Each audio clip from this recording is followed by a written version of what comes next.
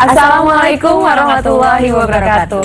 Alhamdulillah pemirsa, berjumpa lagi dengan saya Zaskia Meka dan saya Zizi Syahab dalam acara Berita Islami Masa Kini. Dan alhamdulillah kali ini kita cewek-cewek nih, nggak ada cowoknya karena nanti kita punya pembahasan yang seru banget dan sangat perempuan banget. Langsung kita saksikan beritanya berikut ini.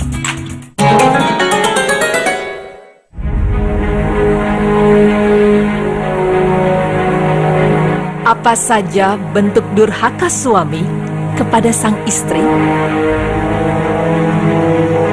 Menjadi seorang istri merupakan tugas mulia bagi wanita, terlebih jika sudah menjadi seorang ibu.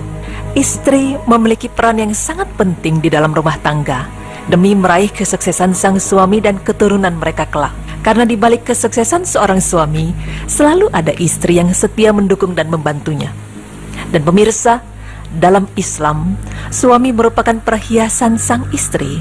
Begitu baik istri maupun suami harus jadi sosok idaman bagi pasangannya, sesuai dengan ketentuan Allah Subhanahu wa Ta'ala. Namun, kini seiring zaman yang terus berubah, baik suami maupun istri kerap melakukan tindakan yang menyimpang dari pernikahan, sehingga berakhir dengan perceraian.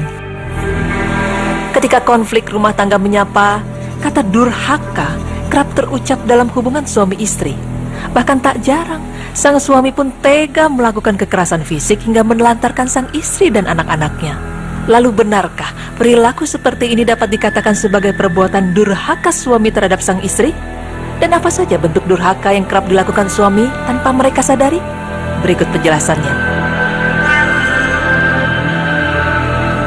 Bentuk durhaka suami kepada sang istri yang pertama adalah suami tidak mau melunasi hutang mahar atau mas kawin. Karena mahar adalah hak seorang istri yang wajib dipenuhi oleh suami. Bahkan suami yang menarik maharnya kembali juga merupakan perbuatan durhaka. Karena mahar sudah menjadi hak milik istri, dan mengenai hal ini Allah berfirman yang artinya, dan wanita-wanita mukminat dan wanita ahlul kitab sebelum kalian, silahkan kamu nikahi apabila kamu memberikan mahar mereka. Quran Surah Al-Ma'idah ayat 5. Perbuatan durhaka suami terhadap istri yang kedua adalah tidak memberi nafkah istri dan tidak menyediakan tempat tinggal bagi istri dan anak-anaknya.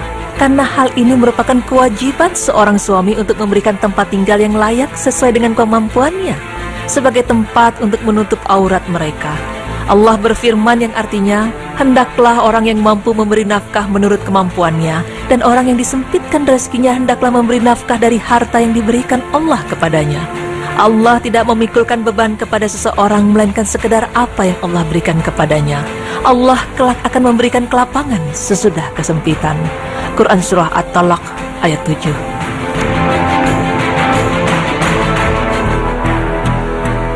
Dan pemirsa, bentuk durhaka suami kepada istri yang ketiga adalah menyenggama istri pada waktu haid.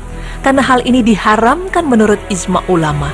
Sebagaimana Allah berfirman yang artinya, mereka bertanya kepadamu tentang haid. Katakanlah, haid itu adalah kotoran.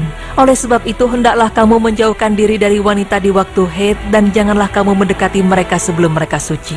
Apabila mereka telah suci, maka campurilah mereka itu di tempat yang diperintahkan Allah kepadamu. Quran Surah Al-Baqarah ayat 222.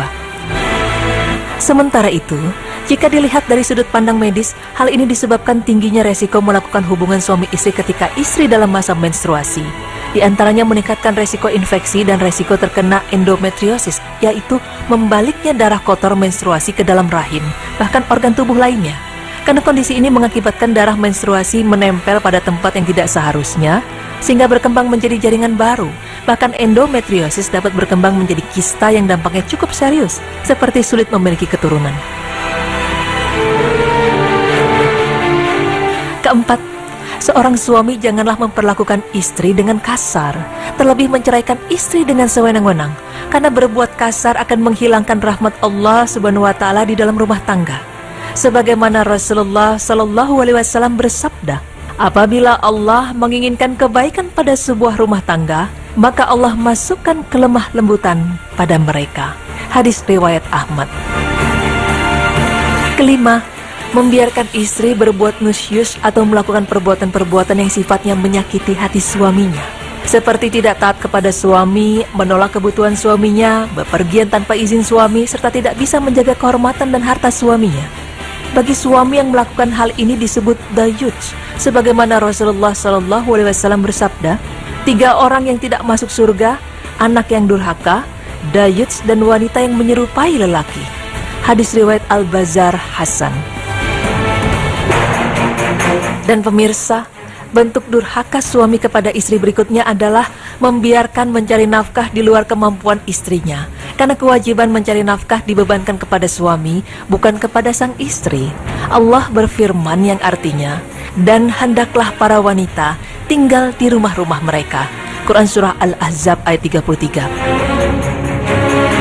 Bentuk durhaka suami kepada sang istri yang ketujuh adalah memperlakukan istri-istrinya secara tidak adil. Bagi suami yang melakukan poligami, karena Rasulullah SAW telah memerintahkan kepada suami yang memiliki istri lebih dari 1 untuk berbuat adil. Dan bagi suami yang tidak berbuat adil, maka akan datang pada hari kiamat dalam keadaan bagian sebelah tubuhnya gugur. Hadis riwayat Abu Daud, Tirmizi, Nasa'i, dan Ibnu Hibban.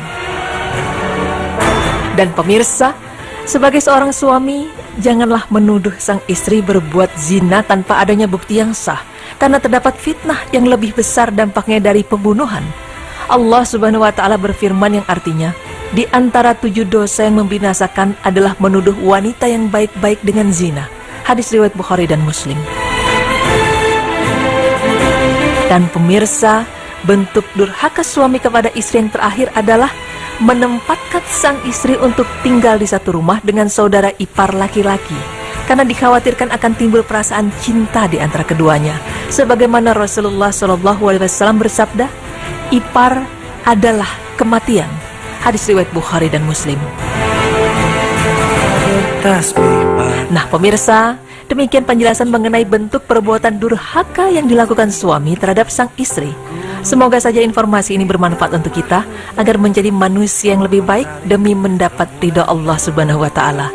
Amin ya rabbal alamin.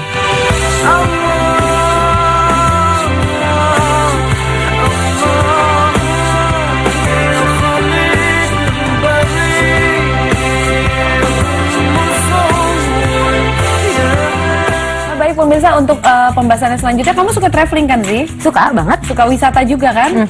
Nah sekarang ini kita mau bahas soal wisata, tapi wisata tempat-tempat yang tempat ibadah.